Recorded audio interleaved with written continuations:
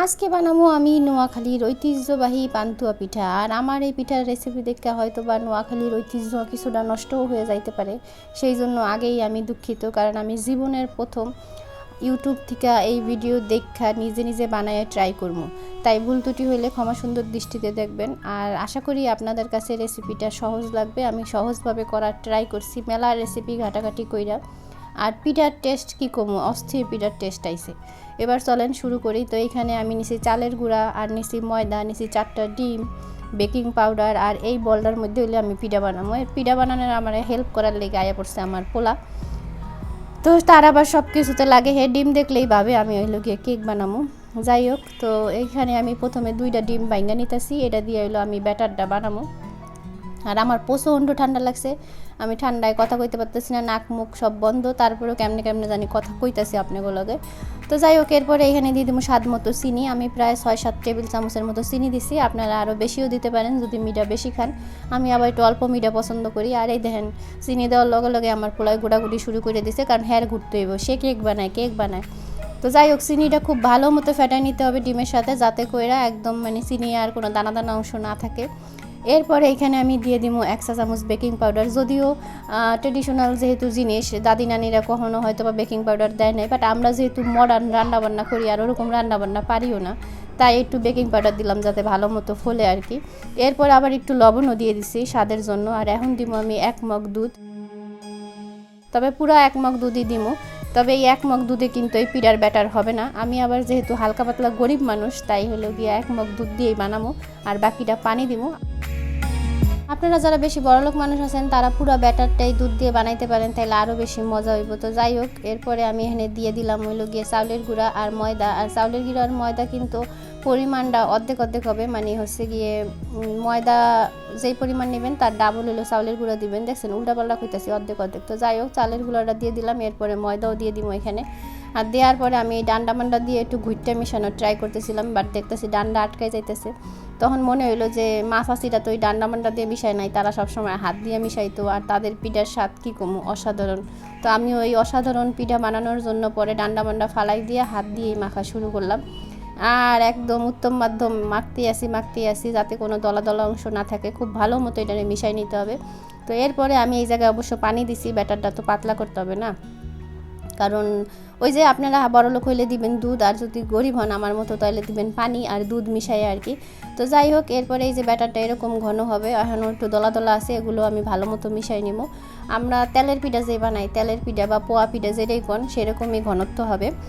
আর এই যে দেখেন, যখন এরকম আঙ্গুল ডুবাবেন দেখবেন যে আঙ্গুলগুলো সুন্দর একদম মানে সাদা সাদা একদম মাইখে গেছে, তখন বুঝবেন যে ব্যাটারটা রেডি। আর এখানে আমি বাঙ্গাসুর একটা ফ্রাই প্যান বসাই দিছি, এর মধ্যে এখন আমি ডিম পোস্ট করে নিব। তো বয়জাটা খুব ভালো করে বাইজে নিতে হইব।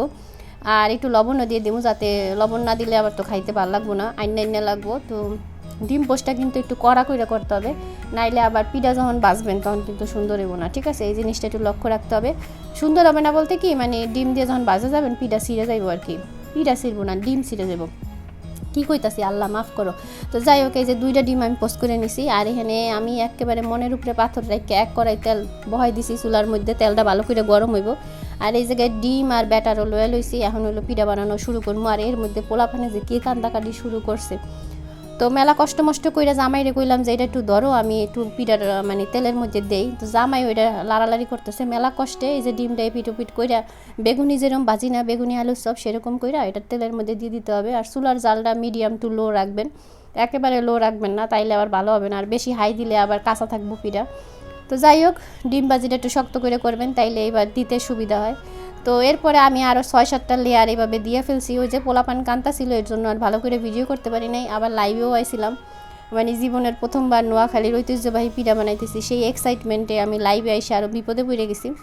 আর পোলাপান ওদিক দিয়ে জ্বালাইতেছে। তো যাই হোক, টেনশনের কোনো কারণ নাই, আমি আরেকটা পিঠা ভাজ্যে আপনাদের দেখাই দিব যে কেমনে কইরা আমি এত বড় বোম পিঠাটা বানাইলাম। আসলে এটা দেখতে বোমের মতো লাগতেছিল, এই নামটা অবশ্য আমি দিইনি, আমার জামাই দিছে, আপনারা আবার বকাশকা দিয়েন না। এরপর একটা কাচের প্লেটে আমি নিয়ে নিলাম, যেহেতু ভিডিও করতেছি একটু ভাব নিতে হবে না আমি বড় লোক, আসলে তো আমি বড় লোক না আপনারা জানেন গরিব মানুষ। তো যাই হোক, একটা পিঠা কিন্তু ভাজা শেষ। এখন আমি আবার এই পিঠাটা হাতে নিয়ে কি খুশি, জীবনের প্রথম নোয়াখালীর ঐতিহ্যবাহী পান্তুয়া পিঠা বানাইছি, খুশির ঠেলায় মেলাক্ষণ বকবকাই লাইলাম। কি বকবকাইছি সেটা শুনতে হইলে আপনারা আমার ব্লগ চ্যানেলে চলে যাবেন। তামান্না নাসির যে চ্যানেল আছে সেই চ্যানেলে আপনারা আমার বকবকানি যদি শুনতে চান সেই চ্যানেলে যাইতে পারেন। ওই চ্যানেলের লিঙ্ক এই ভিডিওর ডেসক্রিপশন বক্সে দেওয়া থাকবে। এরপরে আমি আরেকটা ডিম পোস্ট নিয়ে এই যে ব্যাটারের মধ্যে পিটো পিট করে ডুবাইয়া এবার হলো আমি চামচ দিয়ে দিতেছি, কারণ আমি বুঝতে পারছি হাত দিয়ে যদি দিতে যাই তখন হাত না মানে হাতে তেল ছিটতে আসে, একটা ভয় থাকে। তো আমি আর রিক্সে যাই না, সুন্দর করে চামচ দিয়ে টুপুস করে দিয়ে দিছি। তো এটারে একটু সময় নিয়ে উপরের অংশটা আস্তে আস্তে ক্রিস্পি করে ভাজা নেবেন, এতে করে লেয়ারগুলো দেখতেও ভালো লাগে আর খাইতেও একটু ভালো লাগে, মানে লেয়ারগুলো মশমশা থাকে, নইলে কিন্তু নরম নরম থাকবে, খাইতে অতটা মজা লাগে না।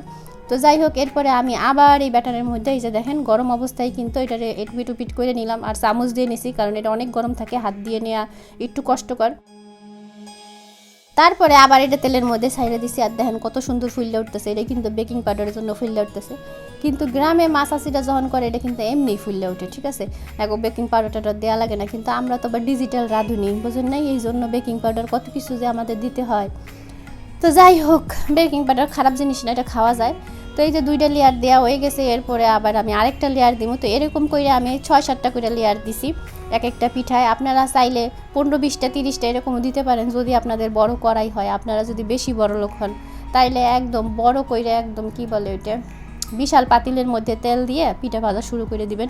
আর 2-3 জন মিল্লা পিঠাটা দিবেন আর কি পাতিলের মধ্যে, কারণ 20-30 লেয়ার দিলে একা দেওয়া সম্ভব হবে না।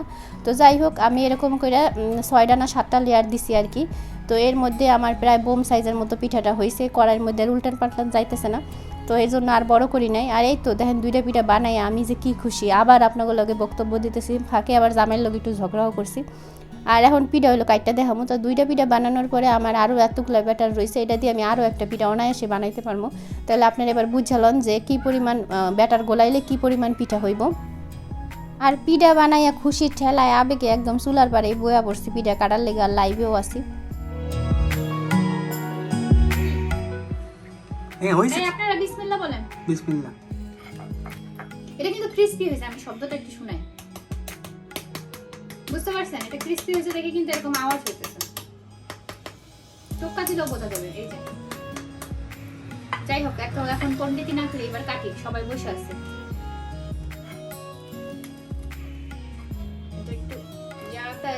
এটা তো ঢুকতেছে না, ওইটা দিয়ে কাটতে হবে।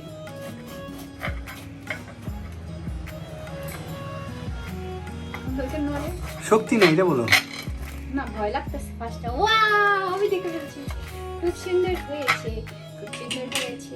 দেখবেন দেখবেন দেখবেন দেখবেন, ওয়াও, এই যে দেখেন ভিতরটা কত সুন্দর হয়েছে, দেখা যায়? আচ্ছা,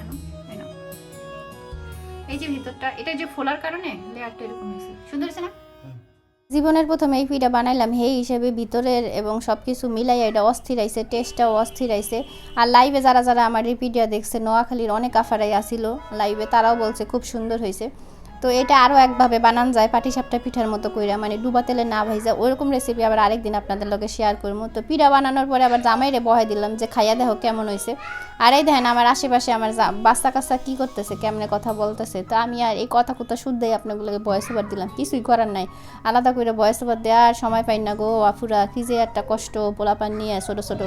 আচ্ছা যাই হোক, তারপরও ভালো আছি আলহামদুলিল্লাহ। তো আপনাকে ওই পিঠার রেসিপি কেমন লাগলো জানাইবেন, ভুল ত্রুটি হলে ক্ষমা সুন্দর দৃষ্টিতে দেখবেন, শিখাই দিবেন ভালো করে যে কেমনে কেমনে বানাইতে হইব।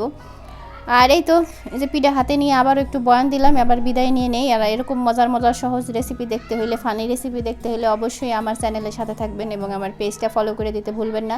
দেখা হবে নতুন রেসিপিতে, সেই পর্যন্ত সবাই ভালো থাকুন, সুস্থ থাকুন, আমার জন্য বেশি বেশি দোয়া করবেন, আমার বাচ্চার জন্য দোয়া করবেন। আল্লাহ হাফিজ, আসসালামু আলাইকুম।